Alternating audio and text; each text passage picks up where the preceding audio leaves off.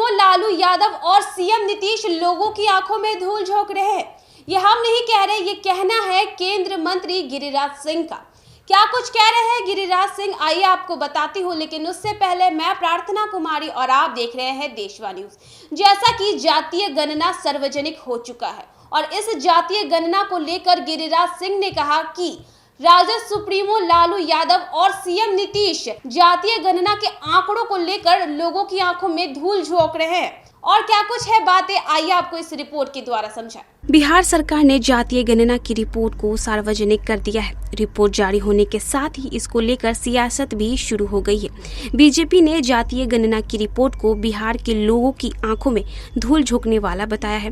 BJP सांसद और केंद्रीय मंत्री गिरिराज सिंह ने जातीय गणना की रिपोर्ट पर सवाल उठाया है और कहा है कि सरकार द्वारा जारी किया गया आंकड़ा पूरी तरह से गलत है। गिरिराज सिंह ने कहा है कि बिहार की सरकार जातीय गणना प्रकाशित करने के बजाय सरकार को यह रिपोर्ट पेश करने की जरूरत थी कि कितने गरीबों को रोजगार दिया गया है, कितने गरीबों को नौकरी दी और कितने गरीब अमीर हुए हैं। यह सरकार की बेईमानी है।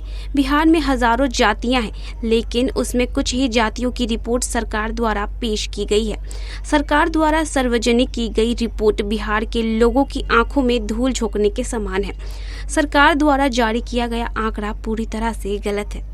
सामाजिक न्याय के पुरोधा कहे जाने वाले लालू प्रसाद जो 14% यादवों का प्रतिनिधित्व करते हैं और नीतीश कुमार जो 2.8 कुर्मी जाति का प्रतिनिधित्व कर रहे थे, दोनों को बताना चाहिए कि पिछले 33 साल में उन्होंने बिहार के गरीबों के लिए क्या किया है। जातीय गणना बिहार के गरीबों के बीच भ्रम पैदा करने की कोशिश है।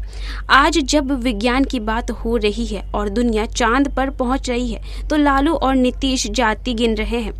पिछले 33 साल का हिसाब कौन देगा, ये नीतीश कुमार और लालू प्रसाद को बताना चाहिए। बिहार के लोगों की हालत कितनी सुधरी है, इसको सरकार बताएगी।